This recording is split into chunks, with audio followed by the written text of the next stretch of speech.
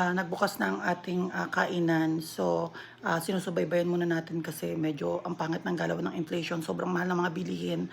Katulad na lamang nito, 3 days na ako nagko-costing tungkol dito sa Calamares. Eto. So, ang presyo niya nakalagay sa menu ko ay 60 pesos. Ang per order.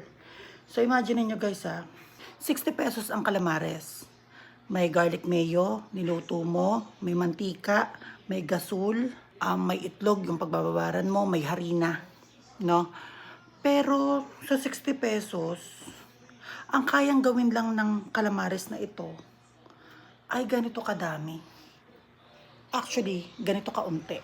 At sa ganito kaunti na may kilong 0.070 times 7 kayang gawin is 0.5 something kilo. So, nasa half kilo lang siya. Tinanggal natin yung reseko. From 1 kilo, naka-plastic, to be specific, yung may ocean na tatak na squid ring na nabibili sa palengke or sa Pure Gold. 0.5 something siya, 0.55 something. Ngayon, 60 pesos siya. Kahit ako nauuntian. At alam nyo ba guys, ang presyo niya ay nasa 40 pesos na hindi pa luto. No? So, 285 pesos yung isang balot na naka 1 kilo, tinanggal natin yung reseko, naging 0.5 something. At dinivide natin sa 7 na napakaunti naman ang kinalabasan. At ang puhunan nito ay 40 pesos na. Lalagyan pa natin ng mantika, ipiprito pa natin, lalagyan ng itlog, ibababad sa itlog, may kalamansi, at may mga timpla. Tapos, ilalagay sa harina. And then, kailangan natin ng konting yelo. At merong cornstarch, ilulublog natin. And then, tsaka natin ipiprito. 40 pesos po ito. So, ano kayang magiging puhunan niyan? Grabing hirap kapag ang negosyo talaga. Matagal ko ito sinasabi, ewan ko ba't ang kulit ko, ba't pilit ko pa rin pinapasok kapag kainan. No? So, kung 60 pa rin yun, yun na kasi nasa menu. Paano yun? Hindi ko na pwedeng bawasan to. At napakaunti na nito. Tapos 60 pesos, walang justice. Paano yun? Tanggalin sa menu? O humanap ng alternative? Yung hindi kalidad na mga mabibili para mas mababa mo makuha. Hirap, no? Actually, hindi lang po squid ring ang problema. Marami pa.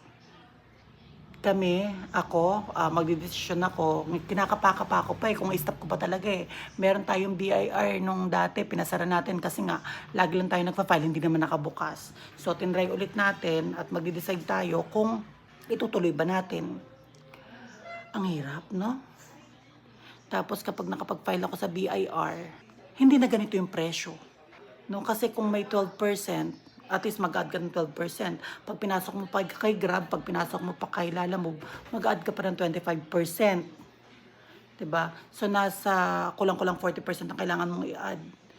So, mabibili ka pa kaya kapag ganun na ang presyo mo, pag nag-add ka ng 40%. Or pag sa bahay ka, hindi naman through Grab, hindi naman through Food Panda, kailangan mag-add ng 12% or higher than 12% kasi kailangan mong ibigay yung 20% discount sa senior at saka sa PWD. Ito pang problema. Kanina, 2 days pa lang kami bukas May nag-asking na yung percentage daw nila. Parang nangangapa pa ako. So, ang hirap ng kainan. Sobra. So, titignan natin kung saan ito aabot. Kasi, ang option mo lang is itaas yung presyo mo. Pero ang tanong is, mabibili ka pa ba? Yung location namin, hindi naman kagandahan. No? Ending nito, pag nag-file ka pa sa BIR, nanakawin lang ng mga magnanakaw. Habang tayo, nagdidesisyon kung i-stop na ba. Dahil hindi naman kumikita. Grabe. Sa mga business owner dyan ng pagkain, ano ang technique, strategy? Tulungan nyo ako. Pawisan na ako.